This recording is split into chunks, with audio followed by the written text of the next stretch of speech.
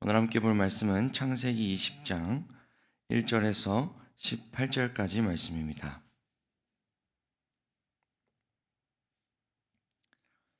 창세기 20장 1절에서 18절까지 말씀입니다.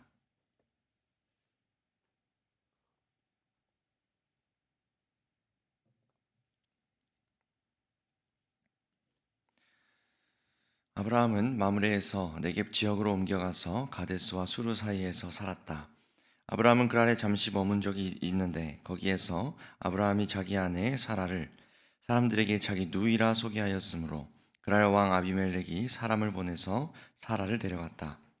그런데 그날 밤에 하나님이 꿈에 아비멜렉에게 나타나셔서 말씀하셨다. 내가 이 여자를 데려왔으니 너는 곧 죽는다. 이 여자는 남편이 있는 여자다. 아비멜렉은 아직 그 여인에게 가까이 하지 않았으므로 주님께 이렇게 아뢰었다. 주님께서 의로운 한 민족을 멸하시렵니까? 아브라함이 저에게 이 여인은 자기 누이라고 하지 않았습니까? 또 이 여인도 아브라함을 오라버니라고 말하지 않았습니까? 저는 깨끗한 마음으로 떳떳하게 이 일을 하였습니다. 하나님이 꿈에 또 그에게 말씀하셨다. 그렇다 나는 내가 깨끗한 마음으로 이렇게 한 줄을 잘 안다. 그러므로 내가 너를 지켜서 내가 나에게 죄를 짓지 못하도록 한 것이다. 그 여인을 건드리지 못하게 한 이유도 바로 여기에 있다. 이제 그 여인을 남편에게로 돌려보내어라. 그의 남편은 예언자이므로 너에게 탈이 나지 않게 하여 달라고 기도할 것이고 너는 살 것이다.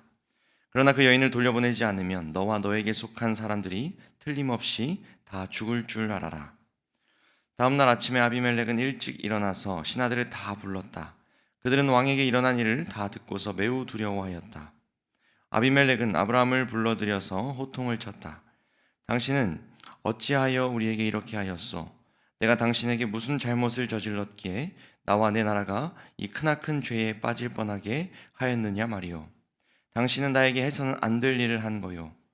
아비멜렉이 또 아브라함에게 말하였다. 도대체 어째서 이런 일을 저지른단 말이오. 아브라함이 대답하였다.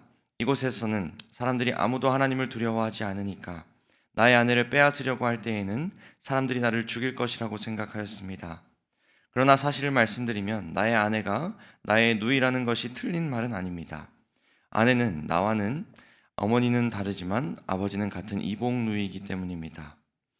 하나님이 나를 아버지 집에서 떠나서 여러 나라로 두루 다니게 하실 때에 내가 아내에게 부탁한 말이 있습니다.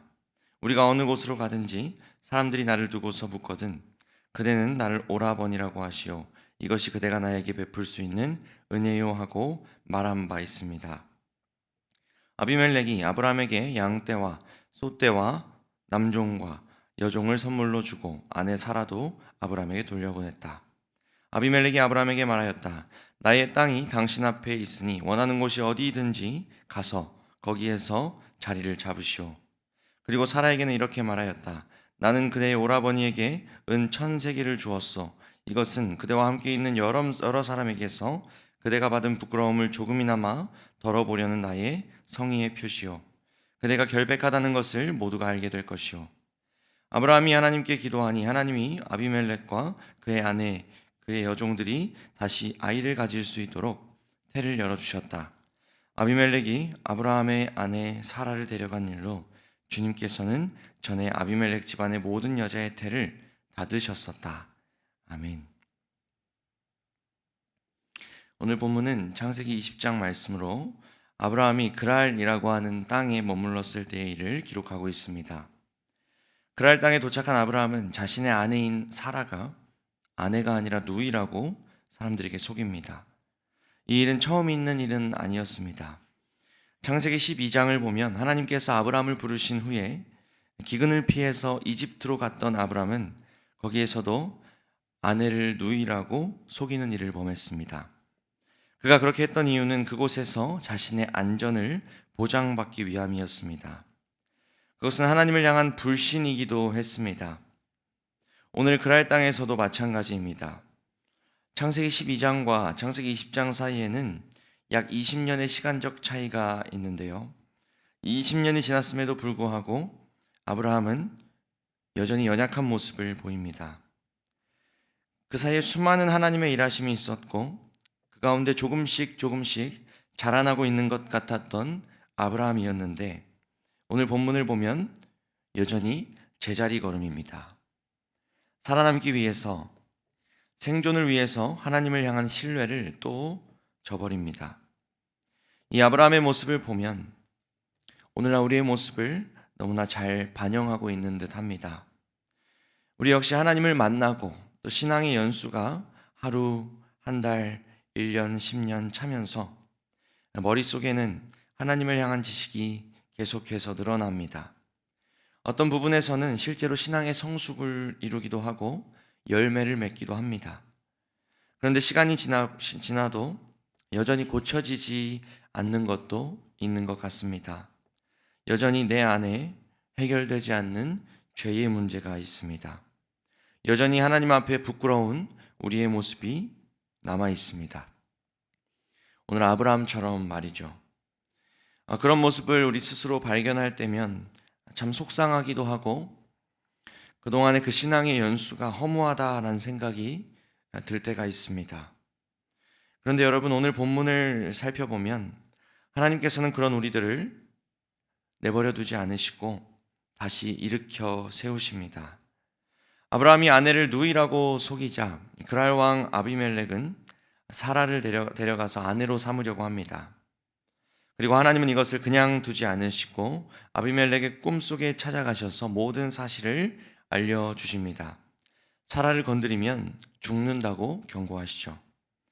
아비멜렉의 입장에서는 제법 억울한 상황입니다. 그는 아브라함의 말을 그대로 믿었을 뿐이었으니까요. 그래서 하나님께 억울함을 호소하고 하나님은 그것을 받아주십니다. 그리고 7절에 보면 하나님이 이렇게 해결책을 주십니다.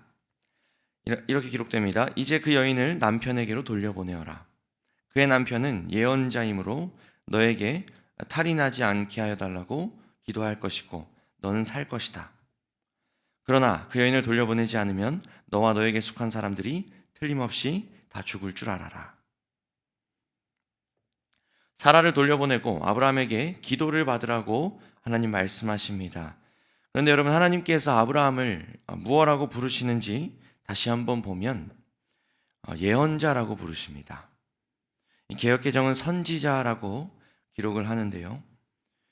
성경에서 이 선지자라고 하는 아주 중요한 단어가 가장 처음으로 등장하는 너무나 중요한 순간이 바로 오늘 본문입니다. 그런데 그 중요한 순간이 아브라함이 아내를 누이라고 속이면서 하나님을 신뢰하지 못할 때였습니다. 아브라함은 하나님을 신뢰하지 않고 살아남기 위해서 그저 스스로 발버둥 쳤지만 하나님은 그를 예언자라고 선지자라고 부르시며 계속해서 세워주십니다. 여러분, 만일 이 말을 아브라함이 들었다면 얼마나 쥐구멍으로 숨고 싶었을까요? 그리고 사실 이 쥐구멍에서 숨고 싶은 일은 오늘 우리 가운데도 종종 일어나고 있습니다. 제가 이제 목사 안수를 받고 이렇게 목사로서 사역한 지가 1년이 좀 넘어가고 있습니다. 그런데 아직도요, 교회에서 한 번씩 성도님들께서 또 우리 다음 세대 친구들이 목사님 하면 참 부끄럽기 짝이 없습니다. 내가 무엇이라고, 내가 무엇이기에 하나님이 지금 이 순간 나에게 이 목사라는 직을 맡기셨을까라는 생각을 종종 하곤 합니다. 사랑하는 성도 여러분, 우리는 자격이 하나도 없습니다. 그런데 하나님께서 우리를 세워주신 줄로 믿으시기를 바랍니다. 그것을 기억하면서 여러분에게 맡겨진 그 직분과 사명을 충성되게 감당하시는 우리 더향상교회 되기를 주님의 이름으로 축복합니다. 아비멜렉은 이제 아브라함을 찾아가서 왜 이런 일을 범했는지를 묻습니다. 아브라함은 온갖 되지도 않는 이유를 하나하나 드러대며 변명하기 시작합니다. 아브라함은 이 아비멜렉에게 그리고 여러 가지 선물과 가축을 받고 그리고 떠나게 되는데요. 이 모든 일이 정리가 되고 17절은 이렇게 기록됩니다. 아브라함이 하나님께 기도하니 하나님이 아비멜렉과 그의 아내와 그의 여종들이 다시 아이를 가질 수 있도록 태를 열어주셨다. 본문 처음엔 나오지 않지만 아비멜렉이 사라를 처음 데려갔을 때 하나님은 아비멜렉의 아내와 여종의 태를 닫는 심판을 내리셨던 겁니다. 그리고 모든 문제가 해결되자 다시 그들의 태를 여셨다는 것이죠.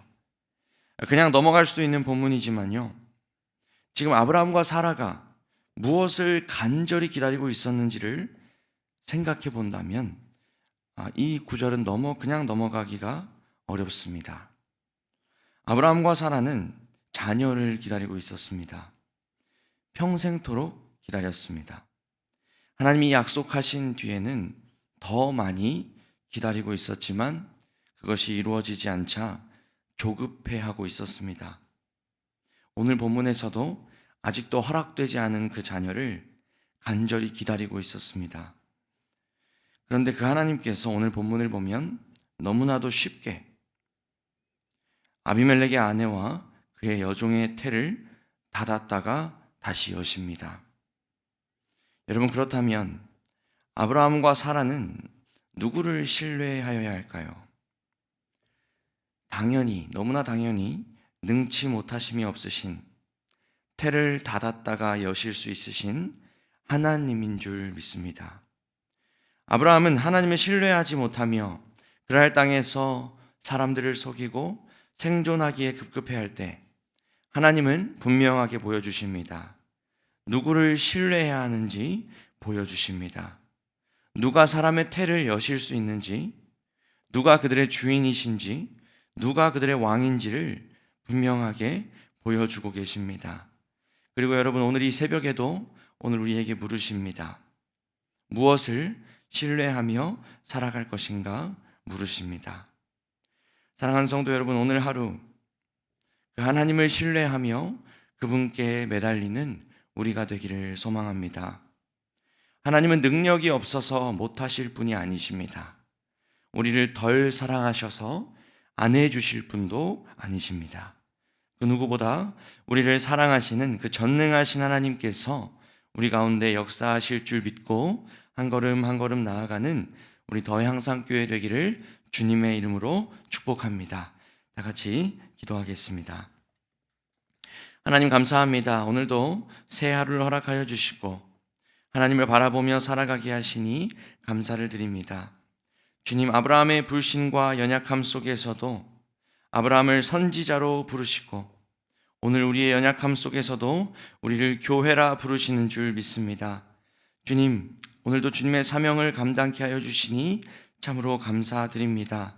부르신 자리에서 오늘 하루 우리에게 맡겨주신 그 일들을 영광스럽게 감당할 수 있도록 주님 붙들어 주시옵소서.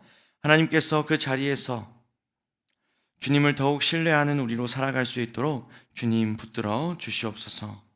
우리의 힘으로 우리의 능력만으로 되는 것처럼 살지 않게 하여 주시고 때에 따라 돕는 은혜로 함께 하시는 그 주님의 손을 구하며 그 손을 바라보며 살아가게 하여 주시옵소서.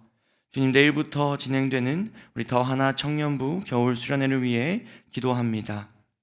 우리 사랑하는 청년들이 수련회를 통해서 더욱 하나 되고 주님 안에서 교제하는 귀한 시간 될 수 있도록 주님 인도하여 주시옵소서. 감사드리며 살아계신 예수님의 이름으로 기도드립니다. 아멘.